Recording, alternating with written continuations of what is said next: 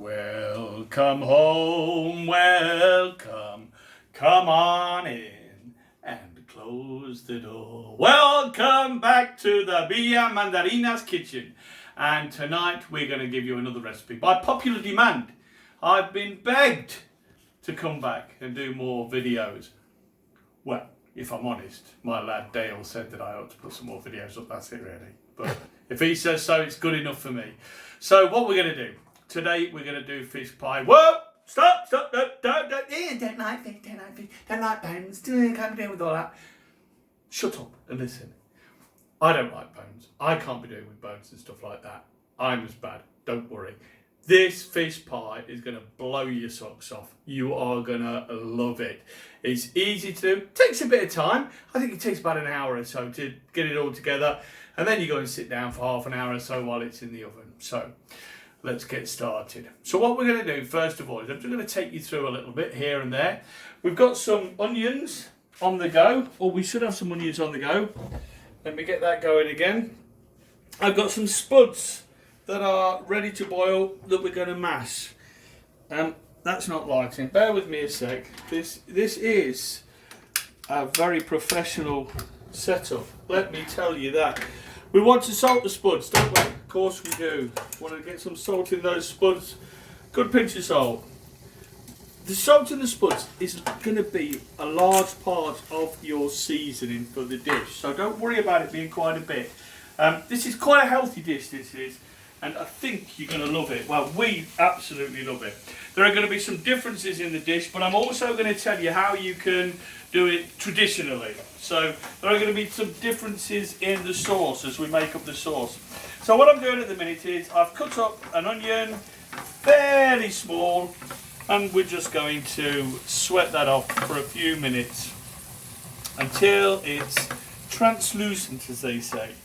And there you go, lovely and sweet they look. So come over to this side and then I'll explain to you what I've done here. These ingredients presumably will be what you don't put in. Yeah, alright then. These ingredients are going to be what are going to go in the pie. Now, very unusual, it's true to say. So what we've got there is we've got some spears of dooflap mahooflap, one less now, of asparagus. Here we have got the chopped up stems of the asparagus, about 2/3 of the stem. The first third of the stem, the bottom third of the stem is a bit woody, so we get rid of that. Then we've got 2 sticks of celery, fairly finely chopped, and a couple of carrots, again fairly finely chopped. Not too finely though. We want a bit of crunch in this. That's going to give it a bit of crunch. Yeah, so there's a little bit less. So here we are. We're sweating off. And it all starts with peeling your spuds, getting them on the boil, because they're going to take 20 odd minutes or so to boil and get ready for mashing, and everything else goes around that. So I'm going to sweat these off, then I'm going to cook off the ingredients, the other ingredients into this, and you can come back and see me then for the next step. Okay. So we're back, and now the onions are sweated off for a fair while. We're now going to put the asparagus stalks in that are chopped relatively finely, along with the celery and with the carrot. There we go. Beautiful, baby, beautiful. Now, we're going to move that around now. Just move it around every couple of minutes or so, just to make sure that it's all cooked. Now, with this part, you want this to be cooked as much as you want it to be in the final dish. What I mean by that is, when it goes into the oven, this is really not going to cook anymore. It's going to heat up. So what I generally do is, how crunchy I want the carrot is that's how long I'm going to cook this part of the dish for. So when the carrots have got just about the crunch that I want in the finished dish, that's when I'll switch it off. And I'll put it to one side. I'm probably going to put a few grinds of pepper in actually to give it a bit of flavour there. I still need to get myself a new pepper mill. I had another one that was bought from the shops, which was really brilliant until last week, and I was doing some dish or another, and as I was doing this, the top fell off and it all fell inside. So that was the end of that one. So, yep, that's that finished. It's gone. It's in the bin. So let's just keep this turning over for the next, this is going to take, I would imagine, probably 10 minutes or so on a fairly low heat. Just keep it moving around and until the carrot itself is about how you want it, that little sort of al dente. It's up to you. If you like it really crunchy, have it really crunchy. If you like it quite soft, have it quite soft. This is the point where this is in your hands how you do it. So I'm going to keep on with this. It's going to get extremely boring for you, so I'll see you in a few minutes. Okay, that's about right. That's about spot on now. What I'm doing, I've just turned the flame off, start to let it cool down a bit, and I'm going to put the spears in. I don't really want these to cook a lot at all because they're so beautiful as they are, and so flavoursome and sweet and pea-like, and if you know what I mean by pea-like, I've got that flavour of peas on there. I'm going to give them a bit of a stirring, then I'm going to pop them over on the other side while we get set to on the sauce. But first of all, let me just show you the fish that I've got. Nothing special. This is simply some fish from the supermarket, which was frozen, which I've defrosted. I'm looking for my knife. Oh, there it is. Be with you. All I'm going to do, so you're worried about bones, just check. This is a piece of hake. Cod will be fine. Pollock, fine. Absolutely. A nice white fish. This has got some bones in there. I'm just going to take that centre part out. Just rub over the salmon. There's nothing in that. So I'm going to do these quite chunky. She's coming round the other side. She'll be coming round the mountain when she comes. Yeah. She is coming round the mountain now. She has. She is coming round the mountain. She's come round the mountain. There you go. So that's the size of my salmon. I'm going to pop it on here, on this little dishcloth. No, this tea towel here, which I put my prawns on. So I've got some lovely king prawns there. I'm just going to pop that over there for a second and bring it back off. I don't want too much water in this. So, the fish. I'm just going to run my knife down this centre part. Don't be worried about it. Listen, all you got to do is run your fingers down it and you'll see where, if there are any bones, and particularly in hake and things like that, they're often in this centre part here. I just cut that bit out. Don't bother trying pin boning it. Just cut that bit out. You don't lost much by it. That's fine. That's gone. There are no bones in this at all. Clank, clank, nice chunky fish, and this is going to go in right at the end before we cook it. Now, let me get rid of that. I am now going to pop this all on here for two reasons. I don't want it to be wet, but also you'll see that there might be a few flies around. We'll keep them little beggars off. Right, so now we're going to start on the sauce. I should have warmed the milk up first. Don't matter that much. I'm going to do it while we're talking. So, here we go. You'll hear the mic in the background as I'm starting to nuke the milk. Now, what I've got for this sauce is going to be slightly different than what you are used to with a roux. We're going to make a roux. But because my wife has a rather tender stomach, butter upsets it. So instead of using butter, we're going to be using oil. So I've got 100 millilitres of olive oil. I don't want any strong oil, so it's not extra virgin or anything like that. I don't want any flavour in there. Just going to heat that up a little bit, bring that up to a bit of a heat. Let me get some kit out to make this roux with. There we go, that's to start. I've got it on a relatively low heat. You don't want to do this very fast, otherwise you just burn it on the bottom of the pan. So, 100 millilitres of oil, 100 grams of flour. Now, if you want to do it with butter, it's 100 grams of butter, 100 grams of flour. Simple as that. Pop it in there, get rid of that, in there, and stir that in. Now, the milk that I've got is fully skimmed milk. This is quite a healthy dish. But all that oil, Rob. I know, but it's olive oil. Olive oil is incredibly good for you. Listen, not all fats are bad. Let me tell you. A Mediterranean diet consists of a huge amount of olive oil, and people on the Med are healthier than just about anywhere else in the world. Listen, if you want to know about good and bad fats, go to my daughter's page, Louise Garner. She'll tell you all about it. She's an expert, let me tell you. And she'll tell you if I'm telling you wrong as well, let me be sure. Okay, back down onto this. What I'm going to do with this is cook it out for a minute or two. You don't want the taste of the flour in this, not at all. So I'm just cooking it out for a minute or two, cooking out the taste of the flour. And if you smell over the top, you can't smell it, but when you're doing it, if you smell over the top, you can smell like that baked flavour, that baked smell. That's when your flour's cooked out and you're not going to get the flavour. Right, now I'm going in for my milk now, and I'm going to start and get that in there. Just draw that off there a little bit. I don't want to burn it onto the bottom of the pan there. Righty ho. My milk should be warm enough. You can do it with cold milk, you just got to take your time a little more. But if your milk is warm, it'll mix in much quicker and much easier. I've got 700 millilitres of milk. I found that's about right for this. Just whisk it constantly as you're putting this in. You can put it in relatively quickly. Just back it off a little bit if it starts to go lumpy. Start to put some more in if it thickens up too much. You know what you're doing. You've done a roux before, haven't you? If this is your first roux, congratulations. It's awesome, isn't it? And it's so easy to do. It's a basis for so many sauces. I'm putting a lot in there now. And what I'm going to do is I'm going to bring that up to a simmer. And I'm sort of keeping on the move largely, and then we're going to season it with some Dijon mustard, a good loaded teaspoon of Dijon mustard. Not when these cooks tell you it's a teaspoon and then put a flipping tablespoon in. It does my nutting, to be honest, but then a lot of things do. So here we go.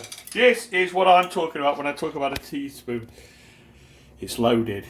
Plop that in there. So it actually probably is nearer to a tablespoon than a teaspoon. That's gone. That's in. Give that a good whisk in. And we're going to bring that up to a simmer. I'm going to put a little sprinkle of salt in. Not much. I'm not going to put any pepper in because I think I've already put enough in with the stuff over there. Just a little sprinkle of salt, just for the sauce. That's it. Not a lot, just enough. Al punto, as they say in Spain. To the point, just enough. So there, you see that beautiful sauce. If you think that it's too thick for how you want it, you know what to do. Just pop a little bit of milk in and let it down a bit. If it's not likely to be too thin for you, this ain't, I wouldn't have thought. But so yeah, so that's it. That's our roux done. And now, once I take this off the heat, what I'm going to do is I'm going to add all that back in, and then I'm going to add the. I'm also going to add the cut fish into it. I'm not going to cook that. That's going to cook in the sauce with the residual heat and in the oven as we're heating it up. So you're not putting cooked fish in. If you put cooked fish in, it'll dry out. It'll be horrible. This, let me tell you, will be flipping gorgeous. You're going to love this. So what I'm going to do now, if these handles aren't too hot, which they are a little, give yourself a little do-flap and a hoo-flap there. I'm just going to pop that straight in. See that? Straight into that sauce. This is going to be gorgeous. This is our dinner tonight, and you know what? We'll probably eat the flipping lot. But let me tell you, this amount that we're putting in here is enough for 4 people. 4 generous portions. This will produce. There we go. Just fold that in. Beautiful. This is going to be gorgeous. So the only oil that you've got in there is obviously the oil that we've made the sauce with, and a little bit of oil at the beginning to fry off the onions and those vegetables. Ah, this is awesome. It's going to be absolutely lovely. You're going to love this. Well, you better do. Otherwise, I've got it wrong, haven't I? But we love it. Now, I've got 7 minutes to go until... Oh, I'll tell you what. Let me put the fish in, so you can see that I've folded the fish in nice and gently. Just tip that into there, That needs to go for washing. I don't think I'll try any more dishes with that, do you? I do hope not. Just fold that in nice and gently. Ah, this is a lovely, lovely dish. So good for you. So flipping good for you. And the spuds we're going to mash slightly differently as well. Again, you can use butter in your potatoes if you want. We don't because of Von's tummy. But that's fine. It's absolutely fine. If you like that buttery taste in your spuds, that's fine. But try what we're going to try in a bit, and we'll share that with you in just a couple of minutes. So as you'll see, I've decanted, if that's the right terminology, the sauce with all the fish and the veg into the final dish that we're going to cook it in. Now we're going to do the mashed spuds. Mashed spuds is pretty simple. So you might want a chunk of butter, you might want some full fat milk. The way that we're doing it, and it sort of works alright, is fully skimmed milk, bit of a pouring of that. We're going to give it a good mash up. And also going to put a good chunk of creme fraiche into it as well. That gives us a nice creaminess. And then, once I've mashed that, we're going to pop it on the top of the pie. And then we're going to lob it in the oven and wait for that delectable fish pie. Oh my goodness, I am so looking forward to this now. My mouth's watering actually. So we'll see you in a couple of minutes. Can we just see your apron, Mr. Johnson? Because it's a different one. My apron is my children. It's of my children. Now, this is Alithia, my youngest. She's got Spencer, which is my eldest grandchild. This, I think, if I'm right, is Tammy, me, and Louise on her wedding day. That's Dale. Great shot of Dale, my boy. That is the first dance when Louise got married. This is Spencer. He's now 4, and we've got another 3, another 2 on hers, and another 1 from Tammy, and there's another 1 or maybe more on the way. Are you talking about grandchildren, John? Grandchildren, these are all grandchildren I'm talking about, yeah. So that's my apron for today. Hasta pronto. So we've got some nice creamy mash. Just going to flop it on top in a few different places. I'm going to flatten it out, and then I'm going to try and get some sort of peaks going on with the back of the fork, because that will then give us some crunchy bits at the end. So there's plenty of mash in here. You've always got to make sure you've got plenty of mash. If you've got any mash left over, you can freeze it, you can do all sorts with it. So don't worry about doing too much, worry about doing too little. So there we go. So what I'm going to do when I've got this sorted out is I'm going to put it in the oven at 180 for 20 minutes initially. Then I'm going to turn it up to about 220 for the last 10 minutes, just to try and get some crispiness going on the top of the spud. So I'm not going to leave it flat like this. As I say, I'm going to peak it with the back of the fork. I'm just going to make sure I've got a good covering first of all. This is also a good reason why you need a fairly tight sauce. Fairly thick sauce, because if it's too thin, you see there's my mouth watering again. If it's too thin, it'll all start splodging out. So there we go. So now let's do some little play things. Look at that. Look, that's what you have to. Some peaks here and there. Don't look awfully pretty, but then I'm not a pretty boy. What's that? Yellow snow. Yellow snow, look oh, like. No, not like yellow. Yeah. No, not yellow snow. It looks like creamy coloured snow before it's gone yellow. You can do the Christmas cake this year. I'll do the peaks. A beautiful piece. We want some crispiness going off. Now what I'm going to do, it's always a good idea, I'm going to pop it on a pan first. This is not going to overflow, but just in case, it's going to overflow onto the baking tray there, and that'll be, as they say in the trade, lovely jubbly. So we'll give you a little bit of a look just before we serve up and when we serve up. So 20 minutes at 180, further 10 minutes at around about 220. And there we have it, fish flipping pie. And this, I did say, didn't I, that it was 4 generous measures. I reckon you got 6 generous measures out of this, to be honest. There will probably eat more. So let's have a look, see what we got here. Nice and crispy on the top. Oh, look at that. Looking gorgeous. Look at that salmon and the veg. And alright, it might not be brilliantly presented, and I don't do presentation really, but there you go. Enjoy that, guys. So what do we say? Bon appetit, buon approvecho, enjoy.